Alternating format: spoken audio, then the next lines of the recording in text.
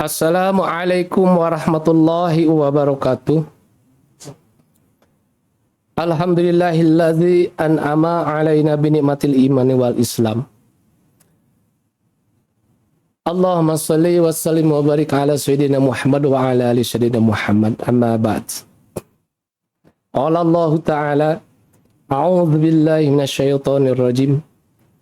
Kullu nafsin dha'iqatul maut. Wa innama tuwaffawna ujurakum yaumal qiyamah. Faman zuhziha 'anil nar wa udkhilal jannata faqad faz. Wa mal hayatud dunya illa mata'ul ghurur. Shadaqallahul azim. Hadirin yang dimuliakan oleh Allah Subhanahu wa taala. Alhamdulillah kita bersyukur kepada Allah atas nikmat yang telah diberikan Allah kepada kita. Saking banyaknya nikmat yang Allah berikan kepada kita sehingga kita tidak mampu untuk menghitungnya. Allah berfirman, "Wa in ta'uddu ni'matallahi la tuhsuha." Jika kamu menghitung nikmat-nikmatku, niscaya nikmat tidak bisa dihitung. Salawat serta salam semoga tercurah limpahkan kepada junjungan Nabi kita Nabi Muhammad sallallahu alaihi wasallam. Tak lupa kepada keluarganya, para sahabat dan umatnya, termasuk kita semua yang masih menjunjung tinggi dinul Islam sampai hari kiamat. Hadirin yang dimuliakan oleh Allah Subhanahu wa taala. Sesungguhnya kita ini dan seluruh manusia yang ada di dunia ini adalah dalam satu perjalanan, yaitu perjalanan menuju akhirat yang kekal abadi, yang selama-lamanya. Allah Subhanahu wa taala menciptakan manusia bukan untuk hidup di dunia ini, bukan untuk kekal di dunia ini. Dunia ini hanyalah jalan menuju akhirat. Jangan kita tertipu dengan dunia ini. Kita ini bukanlah manusia pertama yang hidup di dunia ini. Sebelum kita sudah banyak manusia yang mendahului kita, yang sekarang sudah menghadap kepada Allah Subhanahu wa taala. Dulu ada manusia yang namanya Fir'aun, yang dulu ada di dunia ini juga, mengaku bahwa aku adalah Tuhan, ana rabbukumul a'la, dengan kesombongannya, dan sekarang sudah dipanggil Allah dan menghadap Allah Subhanahu wa taala.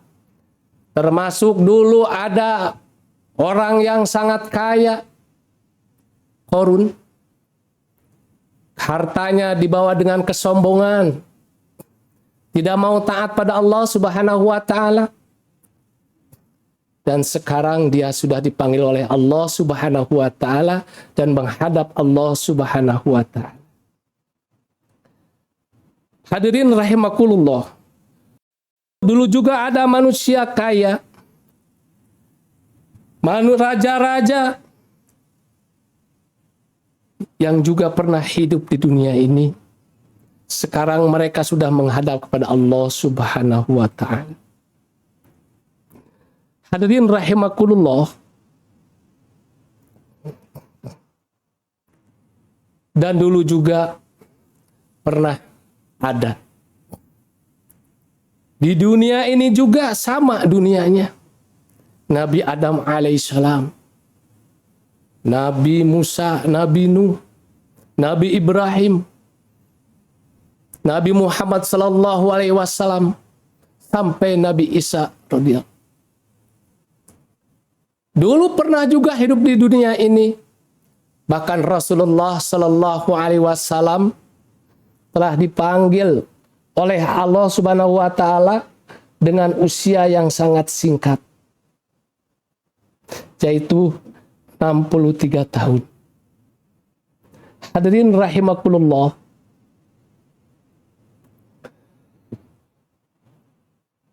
Sekarang ini adalah giliran kita. Sekarang giliran kita. Kita dalam satu perjalanan menuju akhirat yang kekal abadi selama-lamanya. Hadirin rahimakumullah. Maka dari itu, kita melihat banyak di sekitar kita, adik kita, bahkan bayi yang baru dilahirkan, meninggal dunia. Dipanggil oleh Allah Subhanahu wa Ta'ala. Dan juga kita lihat tetangga-tetangga kita, sama, banyak yang sudah dipanggil oleh Allah Subhanahu wa Ta'ala. Tapi kenapa kita seakan-akan yang akan mati itu hanya tetangga kita saja? Kita tidak merasakan bahwa kita ini akan mati. Padahal hadirin rahimakumullah, firman Allah, A'udzubillahi minasyaitonirrajim. Kullu nafsin za'iqatul maut. Semua makhluk hidup pasti akan mengalami kematian. Apabila manusia akan mati, maka manusia tidak bisa menghindar sedikit pun. Walaupun dia sembunyi di dinding yang sangat kokoh atau lari dari kematian, maka apabila kematian datang, maka dia akan mati juga. Hadirin rahimakumullah, kematian bukanlah akhir dari perjalanan. Tapi sebaliknya kematian adalah awal dari perjalanan menuju kehidupan di akhirat. Dan kematian ini tidak ada syarat rukunnya. Bisa adik kita dulu, bisa bayi dalam kandungan dulu, bisa orang tua, bisa yang sakit dulu, bisa yang tidak merasakan sakit tapi meninggal. Hadirin rahimakumullah, setelah kita mati, maka kita pun sama seperti yang sudah diceritakan. Korun meninggalkan hartanya,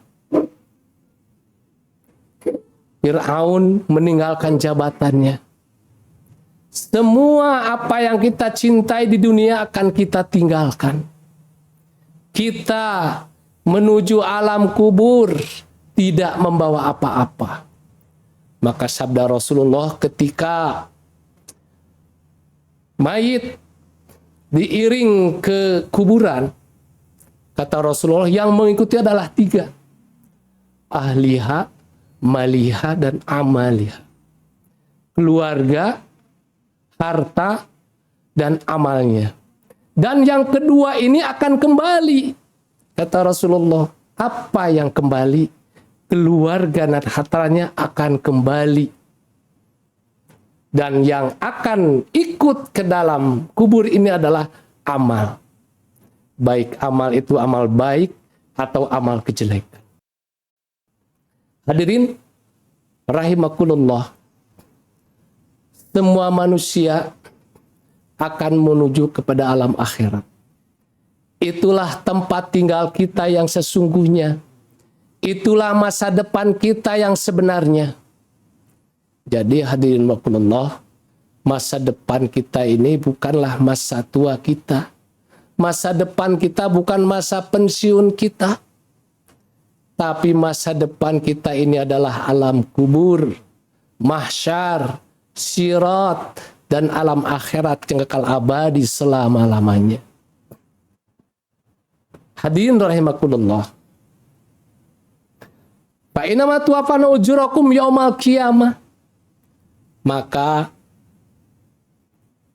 sesungguhnya semua amal kita akan disempurnakan pada hari kiamat. Jadi amalan-amalan kita atau pahala-pahala kita itu akan disempurnakan ini pada hari kiamat. Kata Allah, "Faman ya'mal mithqala dzarratin khairan yarah." Barang siapa yang membawa amal kebaikan walaupun sebesar biji zarah, maka dia akan diperhitungkan, akan melihatnya. Wa may ya'mal mithqala dzarratin syarran yarah. Dan jika apabila membawa amal kejelekan walaupun sebesar biji zarah, maka dia akan melihat balasannya pula. Hadirin rahimakumullah, apa yang didapatkan ketika kita dunia sudah dihancurkan atau yang dikatakan hari kiamat, maka manusia dibangkitkan semua dari kubur. Hadirin rahimakumullah, sabda Rasulullah sallallahu alaihi wasallam, la tajulu qadama abdi yaumal qiyamah. Tidak akan bergeser kaki seorang hamba pada hari kiamat hatta yus'ala an arba'in, sebelum ditanya tentang 4 perkara. An umurihi fima abnahu, tentang umurnya dihabiskan untuk apa? Ini pertanyaan Allah pada hari kiamat.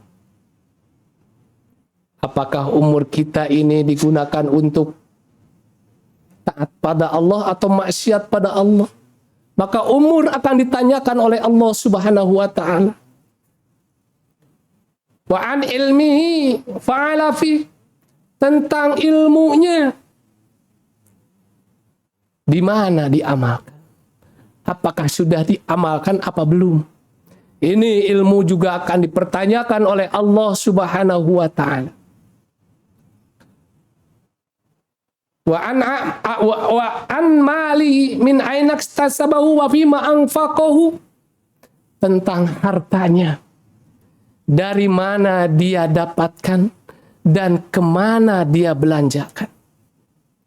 Masya Allah, untuk harta berat sekali. Ditanya 2 pertanyaan, dari mana dan kemana. Dan yang terakhir Allah tanyakan, wa an jismihi fima ablahu, tentang jasadnya, digunakan untuk apa? Hadirin rahimakumullah, kaki kita digunakan dipakai langkah kemana? Mata kita diperlihatkan apa yang kita lihat, telinga kita apa yang kita dengar, ucapan kita apa yang kita lontarkan.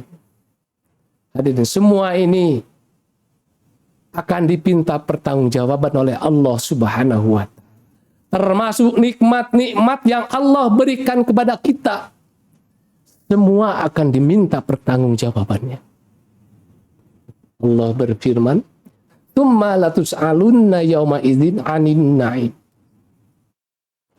Tsumma latus'alunna yauma idzin 'anin na'im. Terus pada hari ini atau hari kiamat akan diminta pertanggungjawaban semua nikmat yang telah diberikan oleh Allah kepadamu. Hadirin rahimakumullah. Alhamdulillah, kita bersyukur kepada Allah Subhanahu wa ta'ala bahwa diri-diri kita ini masih Allah sayangi. Diri-diri kita ini, jantung kita masih berdebar, napas kita masih bisa keluar masuk, kaki kita masih bisa berjalan, mata kita masih bisa melihat, telinga kita masih bisa mendengar. Maka hadirinullah, di dunia yang singkat ini sangat berharga untuk kita, yaitu untuk persiapan keselamatan, kebahagiaan, kejayaan, dan kesuksesan di alam akhirat yang kekal abadi selama-lamanya. Hadirin rahimakumullah, saya mengajak karena mengingat sabda Rasulullah sallallahu alaihi wasallam dalam hadisnya bahwa kubur itu memanggil sehari itu 5 kali. Hadirin, dalam riwayat hadis lain dikatakan 7 kali. Jadi kubur kita memanggil kita yang masih hidup. Tapi panggilan kubur ini tidak bisa kedengaran dengan telinga kita. Tidak bisa kedengaran oleh telinga kita. Maka panggilan yang pertama, Anna Baitul Wahdah, kata kubur, akulah tempat kesendirian. Di kubur tidak ada siapa-siapa. Istri atau suami kita tidak akan berani menemani di kubur. Semuanya tidak akan pernah berani, orang tua kita, teman kita tidak akan pernah berani menemani kita di kubur. Maka faja'alaka mu'sinan. Bawalah teman di dunia ini. Dengan apa teman kita di kubur? Qiraatil Quran. Dengan bacaan Quran. Saya mengajak, ayo kita sama-sama kita deres Al-Quran. Kita baca Al-Quran. Minimal. Atau mau 1 ayat, 2 ayat, setengah juz, atau mau 1 juz. Alhamdulillah kalau kita bisa membacanya. Karena Rasulullah bersabda, man harfan min kitabillah. Barang siapa yang membaca 1 huruf dari kitabku, kata Allah, kata Rasul, yaitu Al-Quran, maka dia akan mendapatkan 1 kebaikan. Dan 1 kebaikan ini akan dibalas oleh Allah 10 kebaikan. Maka Rasulullah katakan, la aqulu alif lam mim harfat. Aku tidak mengatakan bahwa alif lam mim itu 1 huruf. Walakin akan tetapi alifun harpun, alif itu 1 huruf, lamun harpun, lamun 1 huruf, mimun harpun, mim pun 1 huruf. Berarti kalau kita jumlahkan alif lam mim itu 3 huruf, berarti kita mendapatkan 30 kebaikan yang Allah berikan kepada kita. Hadirin rahimakumullah. Panggilan yang kedua kubur. Saya ana baitul zulmah. Aku adalah tempat yang gelap. Gelap, tidak ada cahaya sedikit pun. Maka bawalah penerang di dunia ini. Dengan apa penerang kita ke dalam kegelapan? Maka sholatul lail. Dengan sholat malam.